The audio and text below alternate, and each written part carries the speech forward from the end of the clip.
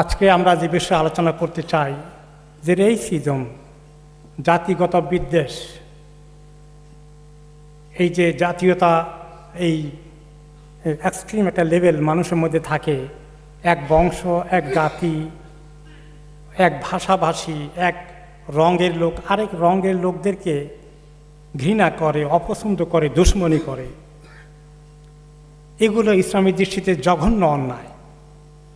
কারণ আল্লাহ রাব্বুল আলামিন সব মানুষকে সৃষ্টি করেছেন আদম আলাইহিস সালাম থেকে, যে তোমরা সবাই আদম থেকে তৈরি হয়েছ।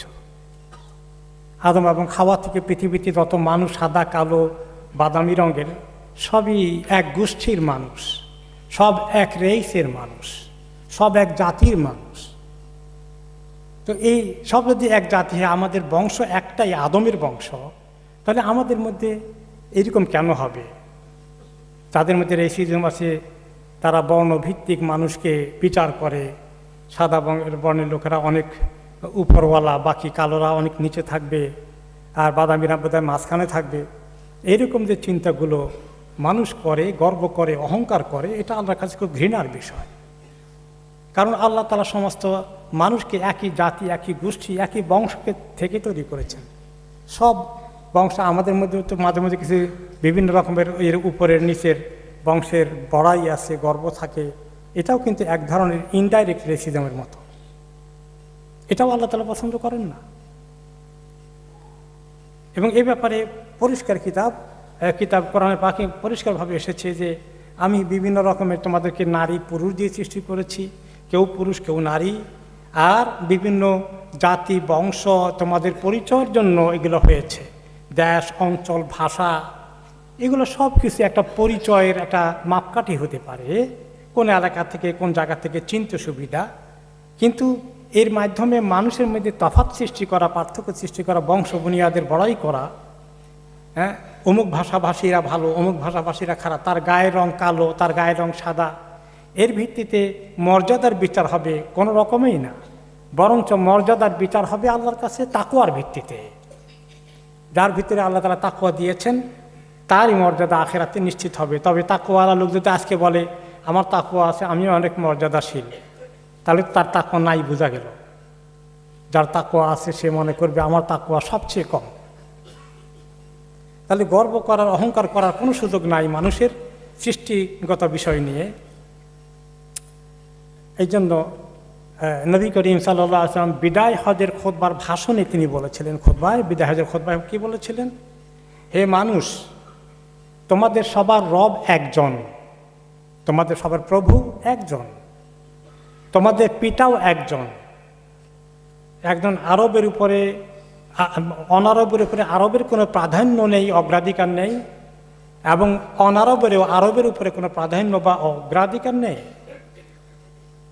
কিছু লাল রঙের রং বা কালো রঙের উপরে সাদা রঙের, লাল রঙের কোনো অধিকার আছে, এগুলো কোনোটাই অধিকারের নিশ্চয়তা দেয় না, কোনোটাই মর্যাদার নিশ্চয়তা দেয় না। সবচেয়ে বড় মর্যাদা হবে তাকওয়ার ভিত্তিতে।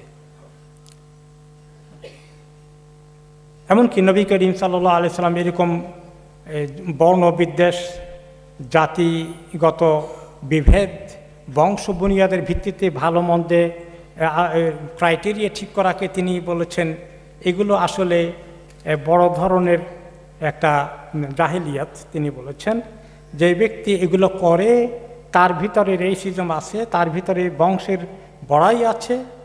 যে ব্যক্তি বংশের বড়াইয়ের ভিতরে বংশের দিকে ডাকে, জাতির দিকে ডাকে, জাতিভিত্তিক চিন্তা করে, শুধু আমার বংশ, আমার জাতি, অন্যরা খারাপ, আমরাই সবচেয়ে ভালো, এবং এর ভিত্তিতে লড়াই করে, যুদ্ধ করে, তারা আমার অন্তর্ভুক্ত হবে না। এবং এইরকম জাতিগত বিদ্বেষ নিয়ে যারা মৃত্যুবরণ করে তারা কখনোই নবী করিম সাল্লাল্লাহু আলাইহি ওয়াসাল্লামের উম্মত হবে না। কাজেই আমরা দেখতে পাচ্ছি যে কিভাবে ইসলাম এই সমস্ত জাতিগত বিভেদকে সম্পূর্ণ উঠিয়ে দিয়েছে। সমস্ত মানুষ সমান, ভাই ভাই, সবাই এক পিতার সন্তান। আমার পিতা যদি একজন হয়, আমরা 4-5 ভাই হই, তাহলে আমরা বলবো যে আমার বংশ অনেক ভালো তোমার চেয়ে? তো আমরা তো একই বংশ থেকে এসেছি, ভাই বোন সবাই। তো এই মানব গোষ্ঠী তো সবাই ভাই বোন, সেই দৃষ্টি আদম এবং হাওয়ার গোষ্ঠী।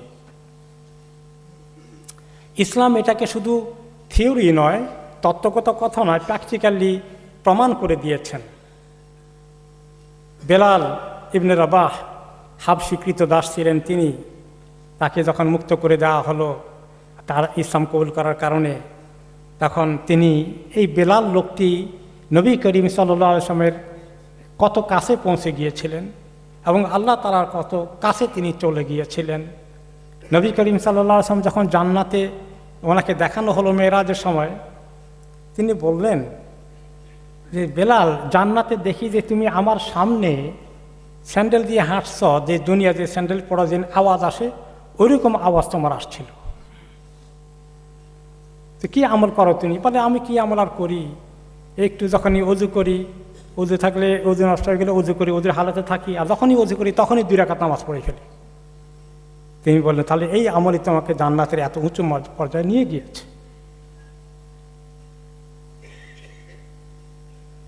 এভাবে আমরা দেখি যে নবী করিম সাল্লাল্লাহু আলাইহি ওয়াসাল্লামের কাছে আরও অনেকেই বিভিন্ন জায়গা থেকে এসেছিলেন, কিন্তু সবাইকে আল্লাহ তাআলা এমন মর্যাদা দান করেছিলেন, দ্বীনের কারণে সবাই এক, ইন্নামাল মুমিনুনা ইখওয়া, মুমিনরা সবাই ভাই ভাই, পারস্পরিক কোনো ভেদাভেদ তাদের মধ্যে হতে পারে না। বংশ বুনিয়াদের তারতম্য এগুলো চেনার জন্য, পরিচয়ের জন্য, এগুলো গর্ব অহংকারের জন্য নয়। আমাদের মধ্যেও কিছু গর্ব অহংকার আছে, এটাও ছেড়ে দিতে হবে। আর এ সমস্ত দেশে যে ধরনের রেসিজম আসে ওই অহংকার থেকেই আসে। আর এই অহংকারটা আসলে অরিজিনালি কার কাছ থেকে এসেছে? শয়তান থেকে এসেছে। আদমের সঙ্গে শয়তানের যখন আল্লাহ তাআলা আদমকে সৃষ্টি করে বললেন সেজদা করতে, শয়তান সেজদা করতে অস্বীকার করলো এবং সে যুক্তি দিল যে আমি তো তার থেকে উত্তম, আপনি আমাকে সৃষ্টি করেছেন আগুন থেকে, জিন জাতি আগুন থেকে সৃষ্টি হয়, আর আদমকে সৃষ্টি করেছেন মাটি থেকে, মাটি তো নিচে পড়ে থাকে, আগুন তো উপর দিকে যায়।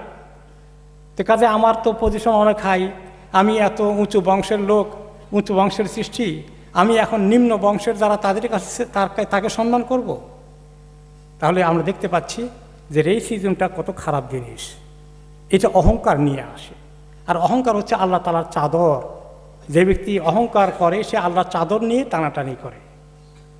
কাজেই আমরা এই বর্ণ বিভেদের উপরে থাকব, আর এই বর্ণ বিভেদ আমাদের ছোট অঙ্গনে নিজেদের মধ্যে বংশ বুনিয়াদের ভিত্তিতে যেভাবে আমরা বড়াই করি, এটাও কিন্তু শয়তানের দিকে নিয়ে যাবে। এখান থেকেও আমাদেরকে থাকতে হবে যে আল্লাহর কাছে মর্যাদার মাপকাঠি হচ্ছে তাকওয়া। তাকওয়ার ভিত্তিতে আল্লাহ ফয়সালা করবেন আখিরাতে। আল্লাহ রাব্বুল আলামিন আমাদেরকে এগুলো বোঝার তৌফিক দান করুন এবং আমল করার তৌফিক দান করুন।